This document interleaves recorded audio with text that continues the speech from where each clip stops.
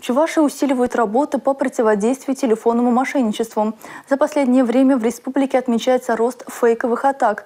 Проблему и возможные пути решения обсудили на внеочередном заседании антитеррористической комиссии.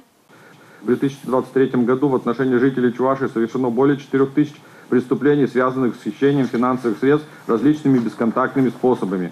В целях недопущения подобных фактов и совершенствования мер информационно-пропагандистского характера администрация главы Чувашской республики организованы периодические инструктажи по вышеуказанной тематике с сотрудниками исполнительных органов, а также вновь поступившими на государственную гражданскую службу гражданами. Необходимо принять комплекс дополнительных мер, направленных на нейтрализацию угроз безопасности, связанных с вовлечением жителей Чувашской республики в террористическую экстремистскую деятельность посредством телефонного мошенничества, в том числе организованного украинскими спецслужбами.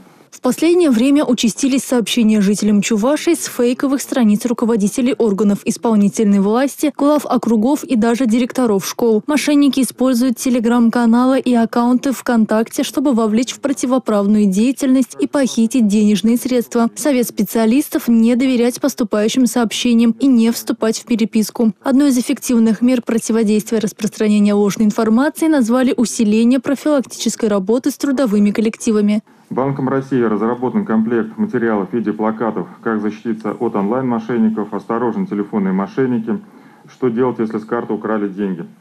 Информация МВД Чувашии Банка России размещена на официальном сайте, в социальных сетях министерства, на сайтах и стендах образовательных организаций. Регулярно обновляется предостерегающая информация советами, рекомендациями, правилам поведения при поступлении телефонных звонков, СМС-сообщений и другого рода уведомлений от мошенников. Во всех образовательных организациях в течение прошлого года проведено свыше 2700 мероприятий для сотрудников и родителей обучающихся. В муниципалитетах через библиотечную сеть налажена системная работа в рамках проекта «Финансовая грамотность в библиотеках». Участники заседания предложили обратиться в Госдуму России с предложением внести изменения в законодательство, дающие полномочия банкам блокировать крупные денежные переводы в недружественные страны.